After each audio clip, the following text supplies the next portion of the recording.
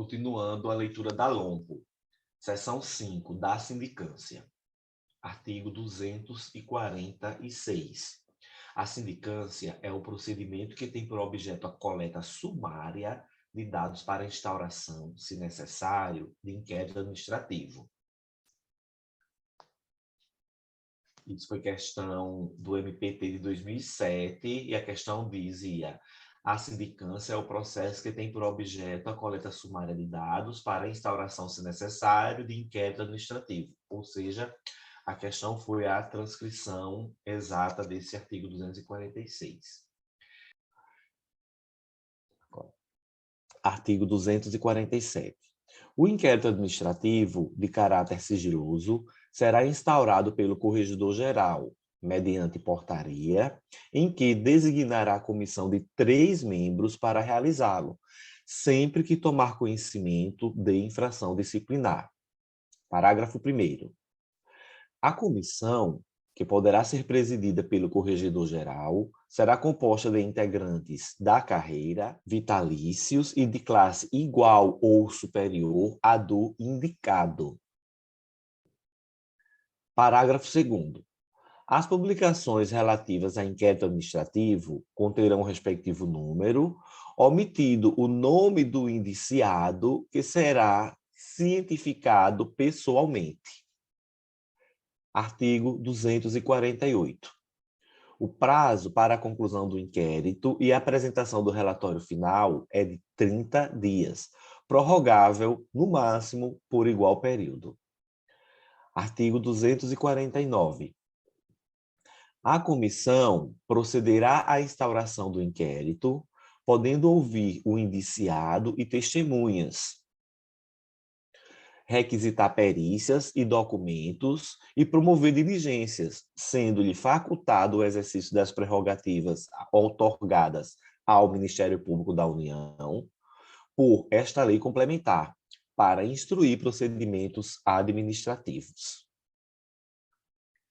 Artigo 250. Concluída a instauração do inquérito, abrir-se-á a vista dos autos ao indiciado, para se manifestar no prazo de 15 dias. Artigo 251. A comissão encaminhará o inquérito ao Conselho Superior, acompanhado de seu parecer conclusivo, pelo arquivamento ou pela instauração de processo administrativo. Parágrafo 1º. O parecer que concluir pela instauração do processo administrativo formular súmula de acusação, que conterá a exposição do fato imputado com todas as circunstâncias e a capitulação legal da infração. Parágrafo 2º. O inquérito será submetido à deliberação do Conselho Superior, que poderá 1. Determinar novas diligências, se o considerar insuficientemente instruído.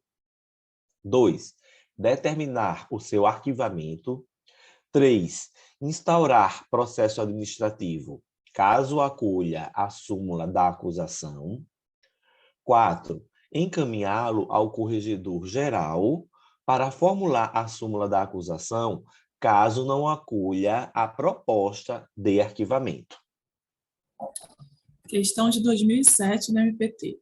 O Conselho Superior do Ministério Público do Trabalho poderá, caso não acolha a proposta de arquivamento do inquérito administrativo formulada pela comissão, encaminhá-lo ao Corregedor-Geral para formular a súmula de acusação.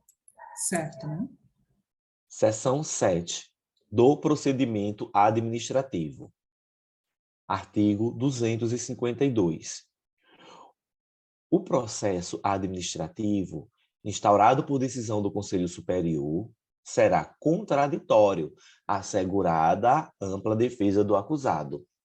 E aqui, Maria, a gente vê que esse artigo ele vai ao encontro do que determina a própria Constituição, né? Princípio do contraditório, da ampla defesa, inclusive princípios esses que foram explicitados no nosso CPC. No próprio Parágrafo... artigo 5º da Constituição também, né? Que essa lei é antes. Não, essa lei é depois, é verdade. Depois. Parágrafo 1º. A decisão que instaurar processo administrativo designará comissão composta de 3 membros, escolhido dentre os integrantes de carreira, vitalícios e de classe igual ou superior à do acusado. Indicará o presidente e mencionará os motivos de sua constituição. Parágrafo 2º. Da comissão de processo administrativo não poderá participar quem haja integrado a precedente comissão de inquérito. É óbvio, né, Maria? Porque imagina, eu participei da comissão de inquérito.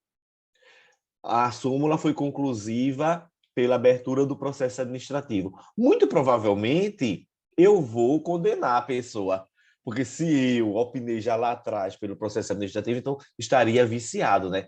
Por isso que quem participou da comissão de inquérito não poderá participar da comissão do processo. Parágrafo 3º. As publicações relativas a processo administrativo conterão um respectivo número, omitido o nome do acusado, que será cientificado pessoalmente. Artigo 253. O prazo para a conclusão do processo administrativo e a apresentação do relatório final é de 90 dias, prorrogável, no máximo, por 30 dias, contados da publicação da decisão que o instaurar. Artigo 254. A citação será pessoal, com entrega da cópia da portaria, do relatório final do inquérito e da súmula de acusação, cientificando o acusado do dia, da hora e do local do interrogatório.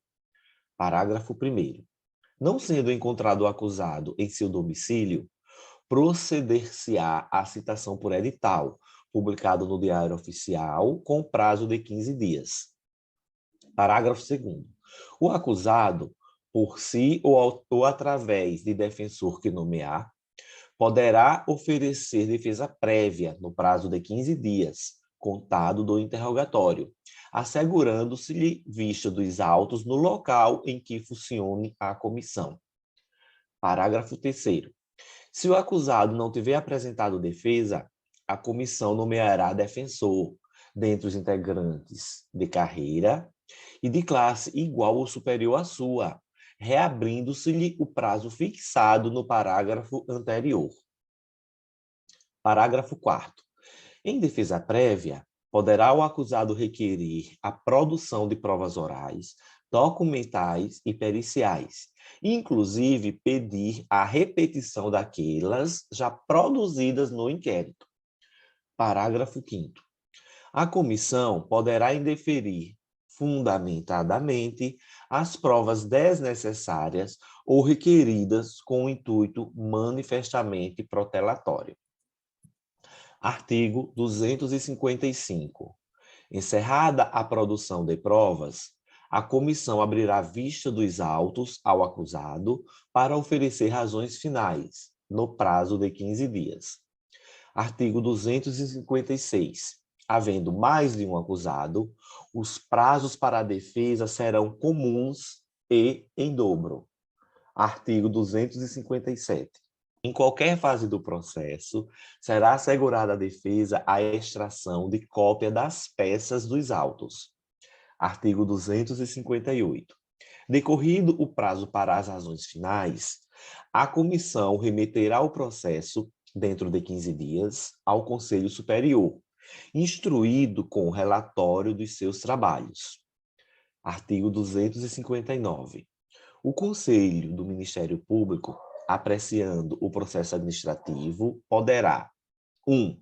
Determinar novas diligências, se o considerar insuficientemente instruído, caso em que, efetivadas estas, proceder-se-á de acordo com os artigos 264 e 265. 2. Propor seu arquivamento ao Procurador-Geral. 3. Propor ao Procurador-Geral a aplicação das sanções que sejam de sua competência. 4. Propor ao Procurador-Geral da República o ajuizamento de ação civil para a. Demissão do membro do Ministério Público da União com garantia de vitaliciedade. B. Cassação de aposentadoria ou disponibilidade. Parágrafo único. Não poderá participar da deliberação do Conselho Superior quem haja oficiado na sindicância ou integrado às comissões do inquérito ou do processo administrativo. Artigo 260. Havendo prova da infração e indícios suficientes de sua autoria, o Conselho Superior poderá determinar, fundamentadamente, o afastamento preventivo do indiciado, enquanto sua permanência for inconveniente ao serviço ou prejudicial à apuração dos fatos. Parágrafo 1º. O afastamento do indiciado não poderá ocorrer quando, ao fato imputado, corresponderem somente as penas de advertência ou censura. Parágrafo 2º. O afastamento não ultrapassará o prazo de 120 dias, salvo em caso de alcance. Parágrafo 3º. O período de afastamento será considerado como de serviço efetivo para todos os efeitos. Questão de 2007, MPT. Havendo prova da infração e indícios suficientes de sua autoria, o Conselho Superior poderá determinar, fundamentadamente, o afastamento preventivo do indiciado em processo administrativo, enquanto sua permanência for inconveniente ao serviço ou prejudicial à apuração dos fatos. Correta, assertiva, conforme artigo 260.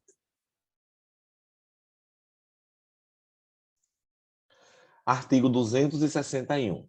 Aplicam-se subsidiariamente ao processo disciplinar as normas do Código de Processo Penal.